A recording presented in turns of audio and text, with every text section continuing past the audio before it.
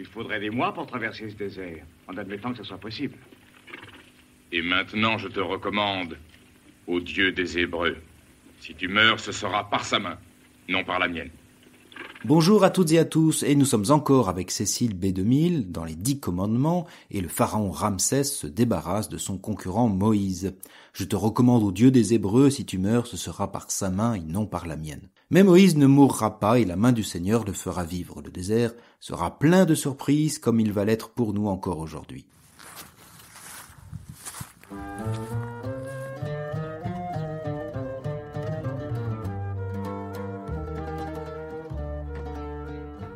Comme des raisins au désert, j'avais trouvé Israël, nous dit le prophète Osée au chapitre 9, verset 10.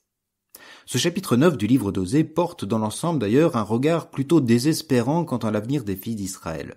Le Seigneur a vu non plus la misère de son peuple, mais son attitude misérable, méprisable qui lui a fait préférer, au temps d'Osée, les pratiques idolâtres. Il disait ainsi « Comme des raisins au désert, j'avais trouvé Israël, comme un premier fruit sur un jeune figuier, j'avais vu vos pères. » Mais eux, arrivés à Baal-Péor, ils se sont voués à la honte. Ils sont devenus aussi horribles que l'objet de leur amour. Éphraïm, comme un oiseau s'envolera ta gloire, dès la naissance, dès la grossesse et la conception.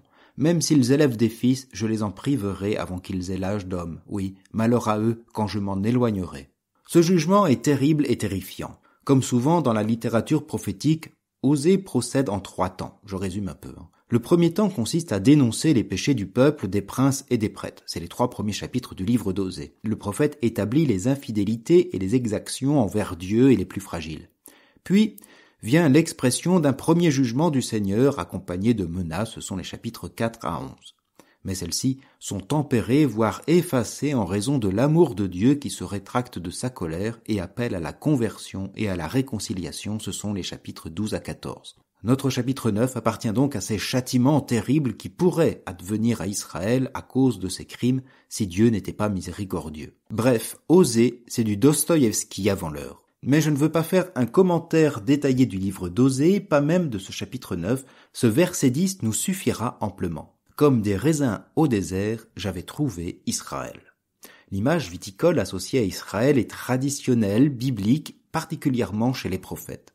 La vigne du Seigneur de l'univers, c'est la maison d'Israël, le plan qu'il chérissait, ce sont les hommes de Juda, chante Isaïe au chapitre 5. De nombreux pasteurs ont saccagé ma vigne, piétiné la part qui me revient, ils ont changé ma part délicieuse en solitude désolée, se lamente Jérémie au chapitre 12. Ou encore Ézéchiel déclarant « Ta mère était comme une vigne plantée au bord des eaux, elle était féconde et touffue car les eaux étaient abondantes. » Nous trouvons ça au chapitre 19 du livre d'Ézéchiel. Et cette vigne, image du peuple de Dieu, nous la retrouvons également dans la bouche de Jésus avec par exemple la parabole des vignerons homicides chez Marc au chapitre 12, celle des ouvriers de la 11e heure chez Matthieu au chapitre 20 ou l'image de la vigne, des sarments et du vigneron chez Jean au chapitre 15. Mais ici, c'est d'une manière particulière que nous en parle le prophète Osée. En effet, ce verset est en lui-même, dans ce paysage noir dressé par le prophète, un véritable germe d'espérance. Car si notre ami Anna, fils de Sibéon, avait trouvé les sources d'eau chaude au désert, ce qui fut déjà un exploit, le Seigneur a trouvé ce que personne n'aurait jamais cherché, des raisins, une vigne féconde au désert.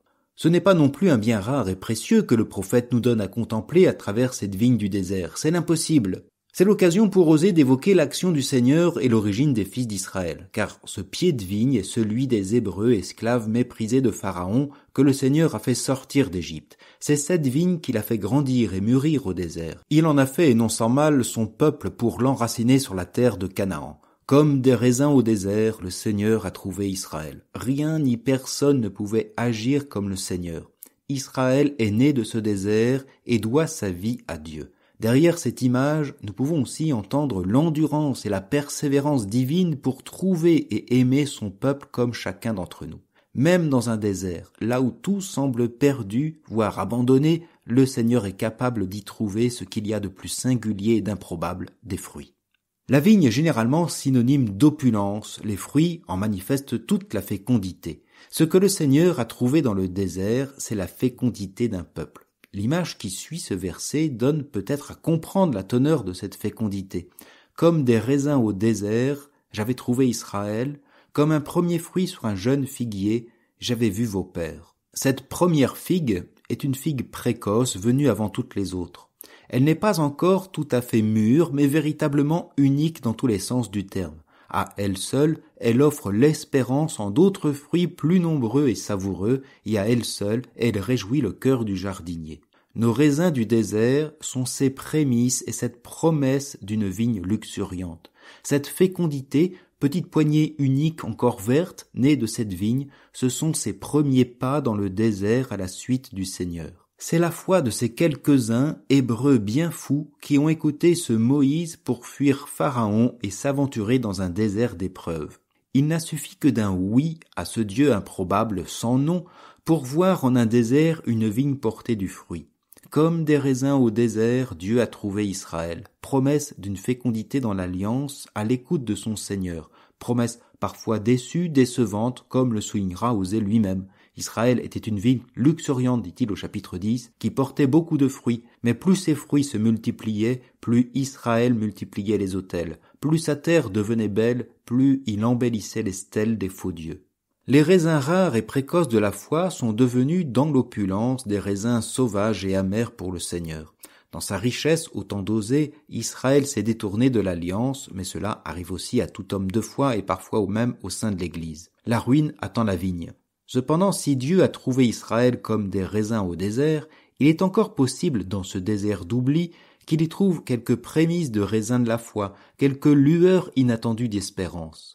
Le Seigneur est encore capable de trouver des raisins dans nos déserts.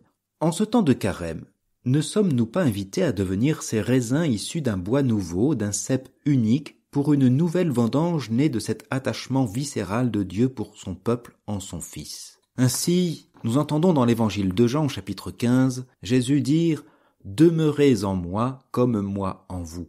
De même que le sarment ne peut porter de fruits par lui-même s'il ne demeure pas sur la vigne, de même vous non plus, si vous ne demeurez pas en moi. Demeurer en Christ, c'est demeurer dans sa parole, c'est demeurer dans sa charité.